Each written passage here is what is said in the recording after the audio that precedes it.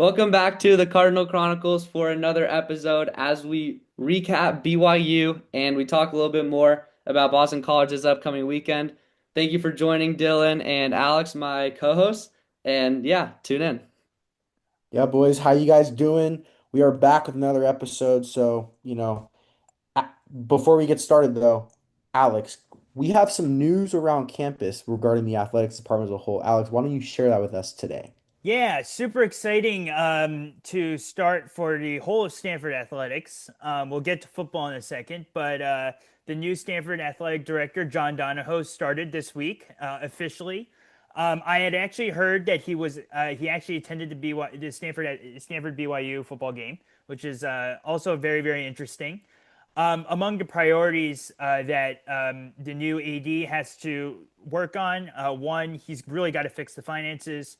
Bernard Muir has left a complete financial mess, and so he needs to improve the revenue by tapping into our very powerful Stanford alumni donor base, increasing marketing and brand exposure for Stanford athletics, as well as invest in revenue generating sports like football, basketball, and soccer.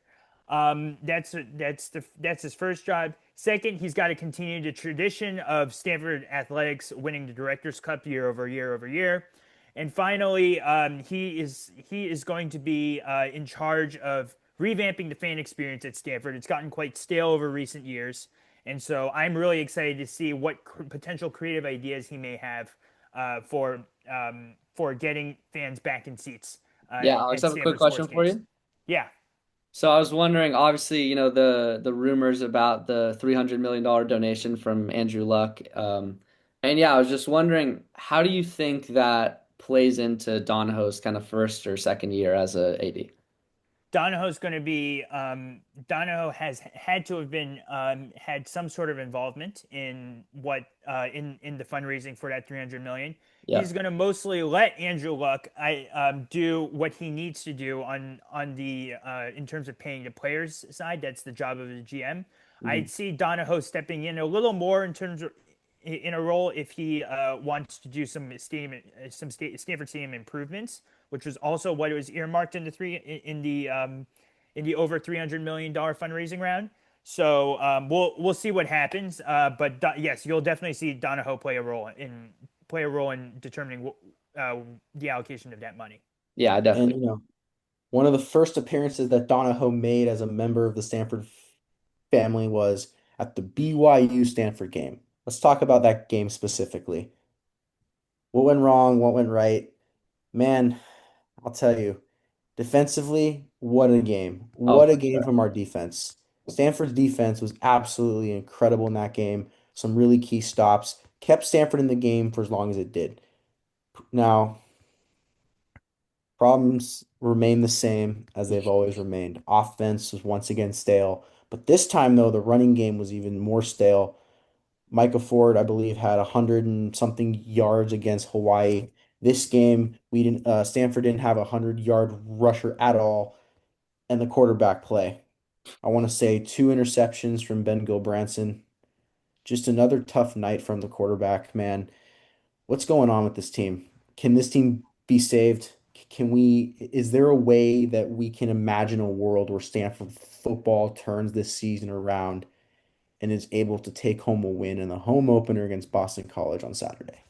Well, here's what I think. I think that obviously BYU, I mean BYU is a great team. I think we can acknowledge that. They're not a top 25 team, but they're very close to it. And I definitely expect them to at some point. But I mean, Stanford offensively, obviously they look terrible. I don't think the run game is as bad as you're saying. I actually thought Tuna Altahir, he only had 20 yards, but like he had a really good 20 yards. I mean, I think the good thing about the running back room is obviously like Micah Ford or yeah, Micah Ford. Yeah, he's Yeah. the guy.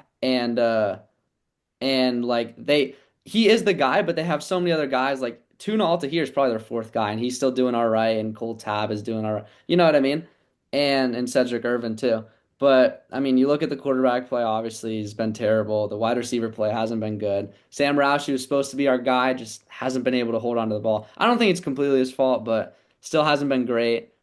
But I will say defensively, I think we're really strong. Like all my favorite players, just on the top of my head, on Stanford's team right now are all defensively. Like Tevaru Tafidi, I love. Colin Wright, I love. The entire safety room, I love. Like Matt Rose, like this entire like defense, I think is really strong. Like 27 points isn't great, but considering the situation, like you have to watch the game to tell. Like the defense had some really, really good plays. Like Matt Rose had a huge stop on fourth down, I believe. Tevaru Tafidi had a third down stop to force field goal. Like these plays, like they don't seem that big, but they were some big plays. And like I think for Boston College, they're defensively. I'm not worried. I know Boston College is a really good offense, but I'm not worried defensively. Just the offense has to get going.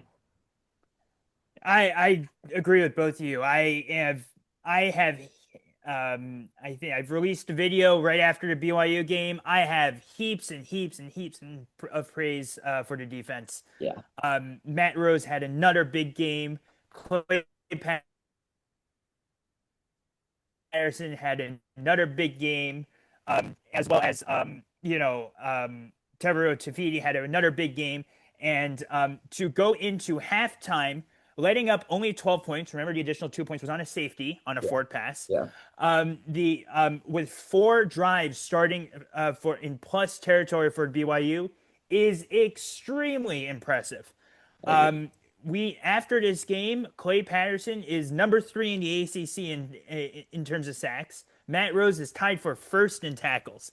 I mean, I can't say enough about this defense, and I expect it's almost got become an expectation for me that they're going to get home versus the quarterback, no matter who we play. Yeah, 100%. Offensively, same old, same old. Unfortunately, the quarterback play I will get into when we preview BC has been pathetic. Is probably the best word to describe it. I think that the O line really, really had a tough time against the BYU D line and edge rushers. Zach Kelly is probably going to be an NFL prospect. And unfortunately, rushing off the right side, Khalil has had a really tough game at right tackle, and Nicky Prongos had a really tough game at left tackle. Just really tough overall to look to run the ball. I um, I thought that the fourth quarter we looked much better in terms of offensively. I That is agree. something that we can definitely carry on to BC. I do not believe that BYU was necessarily playing their second string, and that's why we looked good. I saw some really good things from there, but also the wide receivers and tight ends, man, got to catch. We got to catch some of these Yeah, balls. I I know noticed I know that. the There was a quarterback lot of has drops been. in that game. I know A the lot of good quarterback drops. play has not been the greatest, but man, sometimes it's on the wide receivers and the tight ends to help a guy out. Yep. So uh, so that's what I say about the BYU game. Yeah, and one thing I'm curious about is where do we think Stanford could what do Stanford need to do to be able to go into ACC play and at least be competitive? I'm obviously nobody's expecting Stanford to be a top team, but what do they need to do as a team to at least stay competitive and not go into these games getting blown out and at least have a chance all through all three phases all game long? Yeah, I think it starts with the offense, obviously. I think defensively, like I said, we're fine, if not good. And offensively, like Yeah. if you're gonna be bad offensively, you at least have to put the ball on the other side of the field, right? Because this defense, to be honest, I think this team does not allow a lot of points this season. I know they've allowed, what is it, 50, I think, through two games, but that is like a high number because their offense hasn't done anything and they put them in It's such terrible. a fake stat. Dude, like that's what I'm saying. Like 25 points a game isn't terrible, but it's like our defense is a lot better than that. So the offense, they need to get someone into field goal range. Emmett Kenny's had a bad start, but we all know how good he is. If we can just kind of get to that middle of the field, 40-yard line on the opposing side, worst case scenario, we'll punt. But if we give the defense good field position, I think if we don't win games, we at least keep them close. And if we get into field goal range, we're gonna win games like. Offensively, it's a whole different thing, but I mean, all they have to do is just get the ball a little bit farther down the field and basically let our defense win us games. I think is the easiest way to win football games. I couldn't agree with you more. I think that we need to let Bobby April do his thing, and in order to do that, if a little similar from in terms of last year, we need to help him out on the offensive end. We need to generate enough yards to put at least very least put opposing teams in bad positions. So that our secondary and our D line can do their thing. Yeah. I want in order for Stanford to be even remotely competitive in the ACC, they got to improve the quarterback play.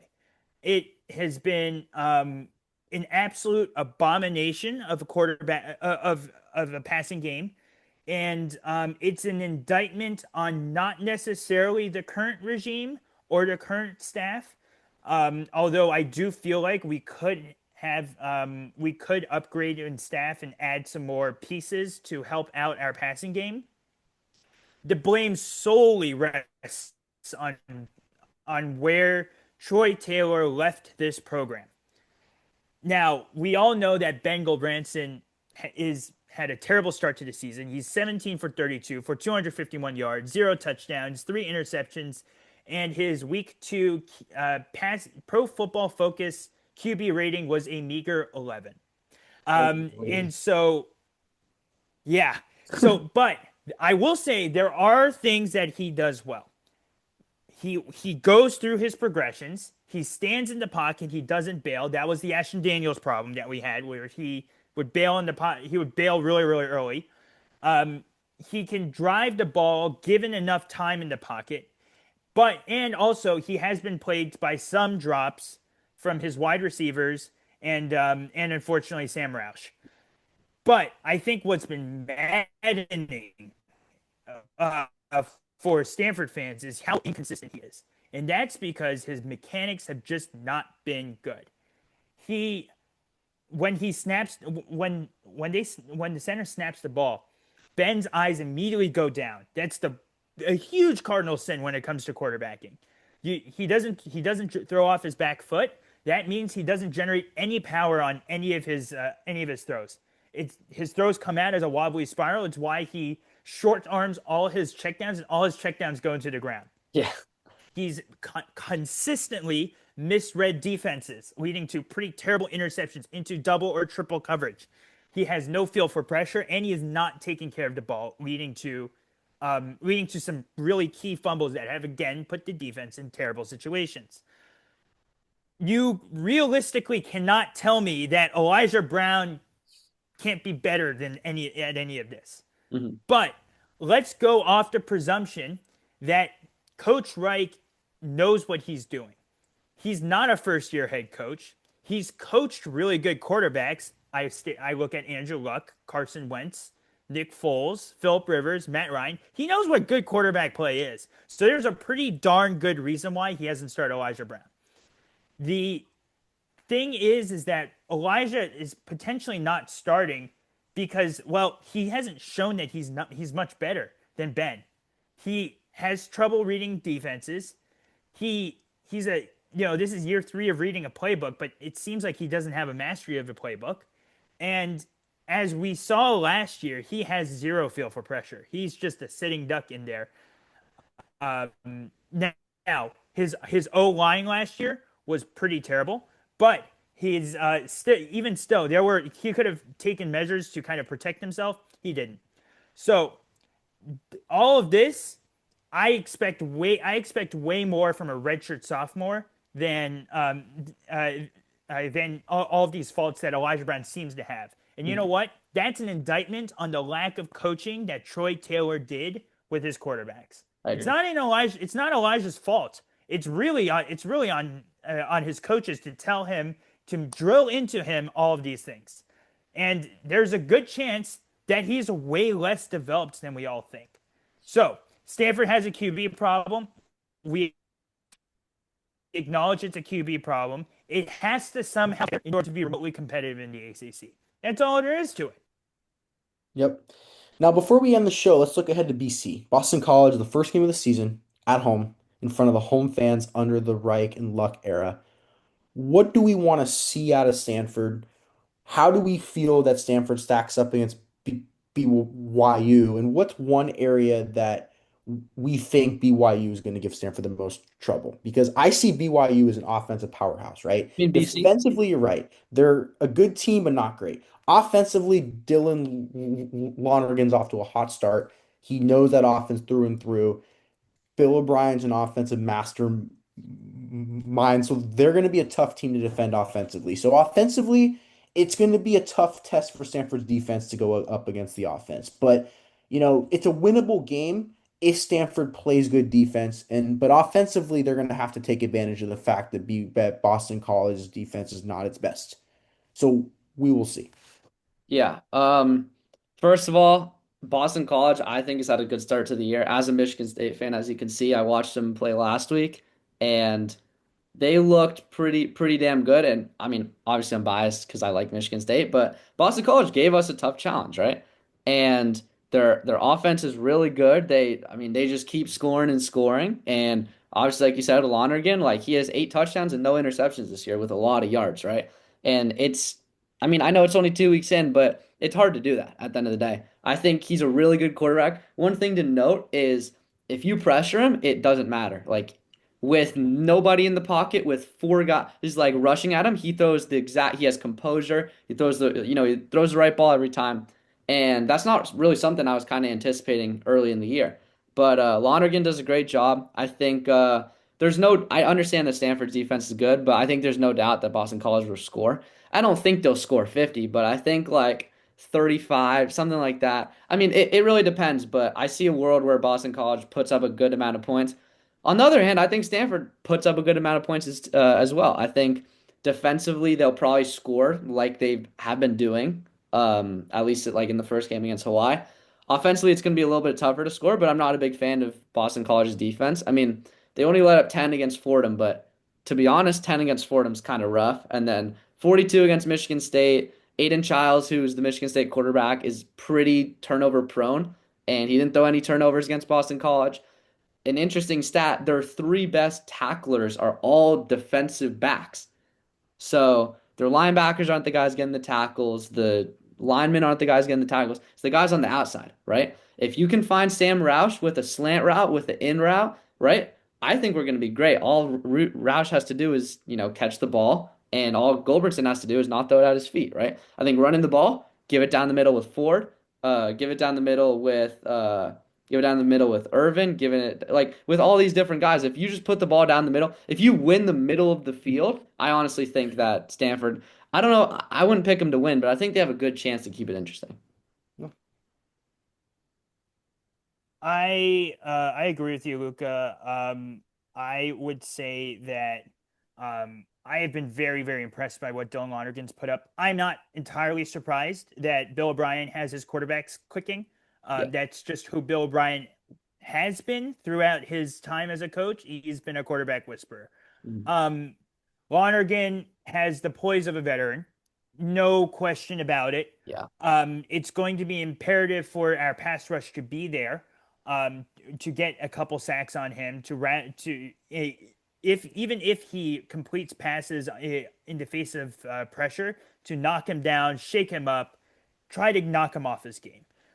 It's going to be incumbent on our defensive backs. Thank goodness Colin Wright and Jordan Washington are there, and Cam Richardson has really taken a huge step up on the defensive back end to stick with Isaiah Bond, who is one hell of a wide receiver, and as well as Jay Green, Mitch Lieber, Scotty Edwards have a similar game as they did against BYU. I think that if Stanford wants to limit the points, they're going to have to exist in cover two, and rely on their front four to really get some pressure on the quarterback while dropping back Rose, Galvan if he's not injured and ready to go, Mattingly, Barth into coverage to kind of really blanket the force Lonergan to find the soft part of the defense. And Can I have a quick statement real quick? yeah, Yeah, Absolutely. when you talk about like the wide receiver core, obviously you said Bond was good, but when I looked at their receiver core, every single guy is good at different things, right? They have a guy with 250 yards, but they also have a guy with like 60 yards, but he has three touchdowns. The guy with 250 yards has no touchdowns. So I think one thing, to note about the defensive backs is they need to match up well. They need to put Colin Wright on the guy who works best in Colin Wright's coverage, or from a Stanford perspective, and they need to put Washington on the guy that he works best against, right? I think though that matchup could be a key to victory. Absolutely, I couldn't agree with you Yep. more. I think that it is imperative for Clay Patterson and Teva Tafiti to have at least a sack or a sack and a Mhm. half this game. If Stanford wants to win this, if Stanford is going to win this game, and on the offense, I'm going to need. I think that the Boston College defensive line has some real problems. They let Michigan State run all over them, miss tackles. Even if they clean up the tackling, I just They're think that they're a we're really bad tackling team. I noticed that. Like they tackle super high.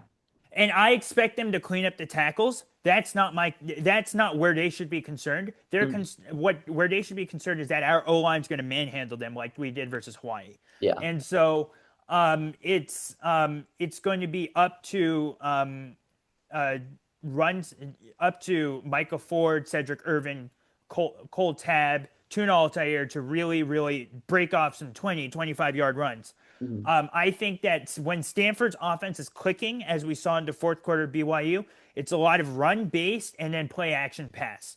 Play action, once you open up play action, allow Ben 4, 6 seconds in the pocket. I have more confidence that he's going to make the right throw. And so I would I need at least 150 200 yards rushing from the running game. I Mhm. need 150 200 yards of passing. Um, at the very least 150 yards of passing in order to win this game. That's going to be really really important. And by God, our wide receivers and Sam Roush need to get some separation.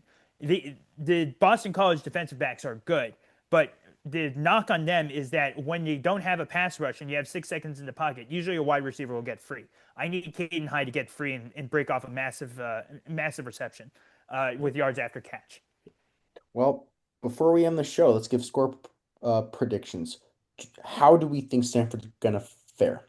Now, I've been thinking about it, and the more I think about it, the more I think, I don't think Stanford's gonna w win this game. I think offensively, Boston College is a little bit too much for a team like Stanford that's rebuilding to handle. So I'm going to say final score Boston College 35, Stanford 23.